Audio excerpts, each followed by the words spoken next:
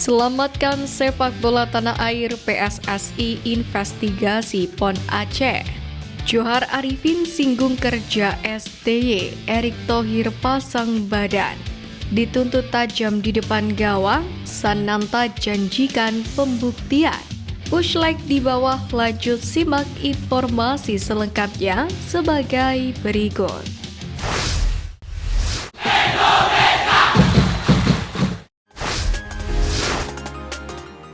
Selamatkan sepak bola tanah air, PSSI investigasi PON Aceh.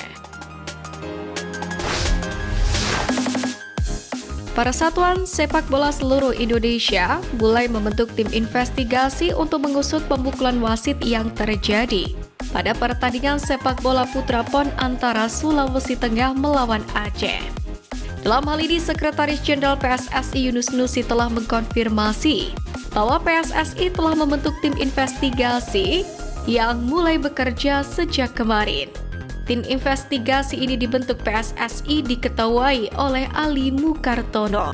Mereka pun ditugaskan untuk bekerja intensif selama 1-2 hari guna mengumpulkan fakta dan bukti terkait insiden tersebut.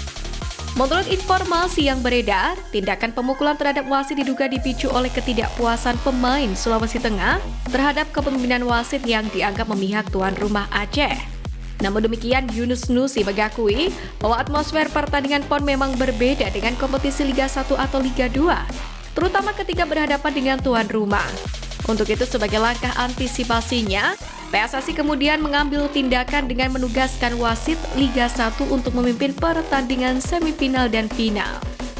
Sementara itu, terkait banyak spekulasi yang muncul, Yunus Nusi enggan mendahului hasil investigasi dan menyerahkan sepenuhnya kepada tim investigasi untuk membuat kesimpulan. Sementara untuk Ketua Umum PSSI Erick Thohir sendiri mengutuk keras pemukulan terhadap wasit Eko Agus Sugiharto oleh pemain Sulawesi Tengah ketika melawan Aceh di PON Aceh Sumatera Utara 2024 ini. Erick Thohir mengatakan sanksi larangan seumur hidup pun juga mengancam wasit dan pihak-pihak lain jika terbukti mengatur hasil laga.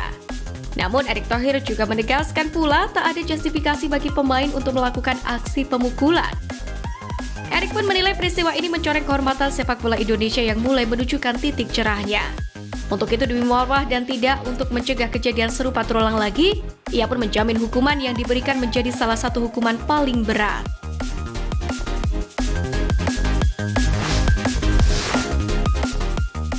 Johar Arifin singgung kerja STY, Erick Thohir pasang badan.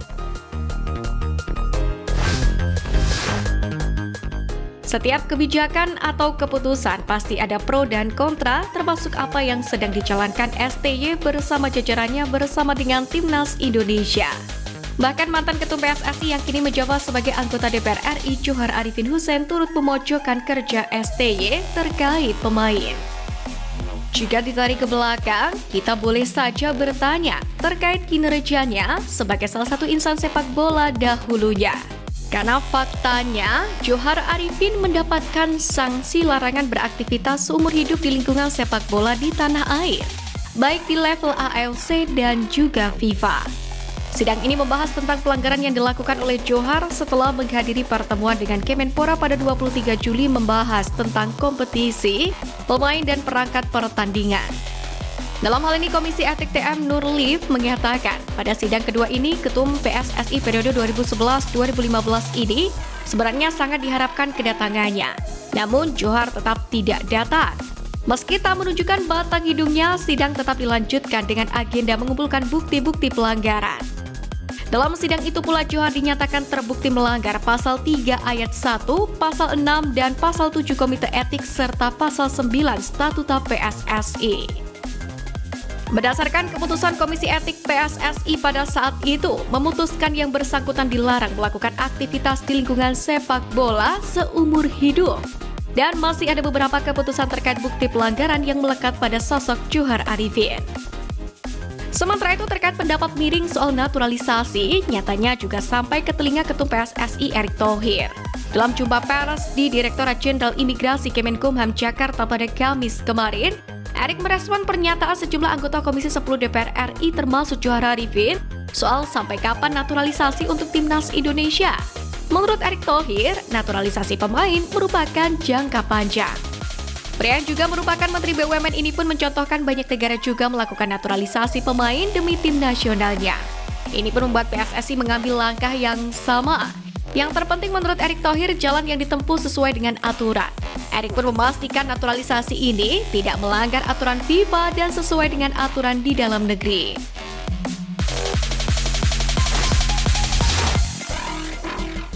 Dituntut tajam di depan gawang, Sananta janjikan pembuktian. Ramadan Sananta belum mencatat menit bermain bersama tim nasional pada putaran ketiga kualifikasi Piala Dunia 2026.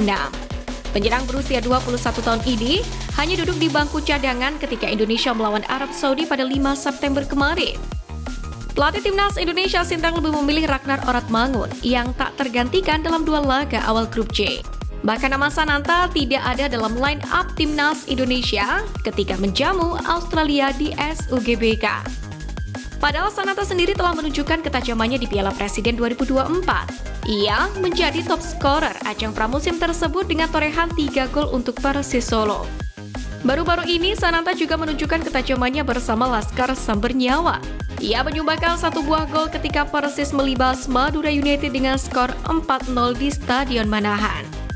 Justru statistik tersebut berbanding terbalik dengan penyerang yang lebih dipilih oleh Sintayong seperti Rafael Struijk dan Ragnar Oratmangun. Saat ditanya soal belum jadi pilihan di timnas, Sananta mengaku legowo dengan keputusan STY ini. Ia kemudian berjanji akan membuktikan kemampuan terbaiknya jika dipercaya main untuk tim merah putih. Saya harus bersabar saja meski belum mendapatkan kesempatan bermain. Kalau suatu saat saya mendapatkan kesempatan, saya harus membuktikan itu, kata pemain asal Dai Lingga tersebut. Salah satu modal Sananta untuk bisa mencuri kepercayaan dari Sintayong ialah penampilan bersama klubnya. Sepulang dari timnas Indonesia, Sananta pun sempat mencetak gol pertamanya bersama Persis Solo. Momen itu terjadi pada pekan keempat, tepatnya saat membungkam Madura United 4-0. Sananta kini pun terus bertekad untuk bermain sebaik mungkin bersama Laskar Sambernyawa agar selalu optimal jika dibutuhkan timnas Indonesia. Kesempatan Sananta untuk kembali menambah pundi-pundi golnya bersama Garuda sendiri tersaji, yakni pada 2 laga melawan Bahrain dan juga Cina. Lanjutan grup C ini bakal bergulir pada Oktober mendatang.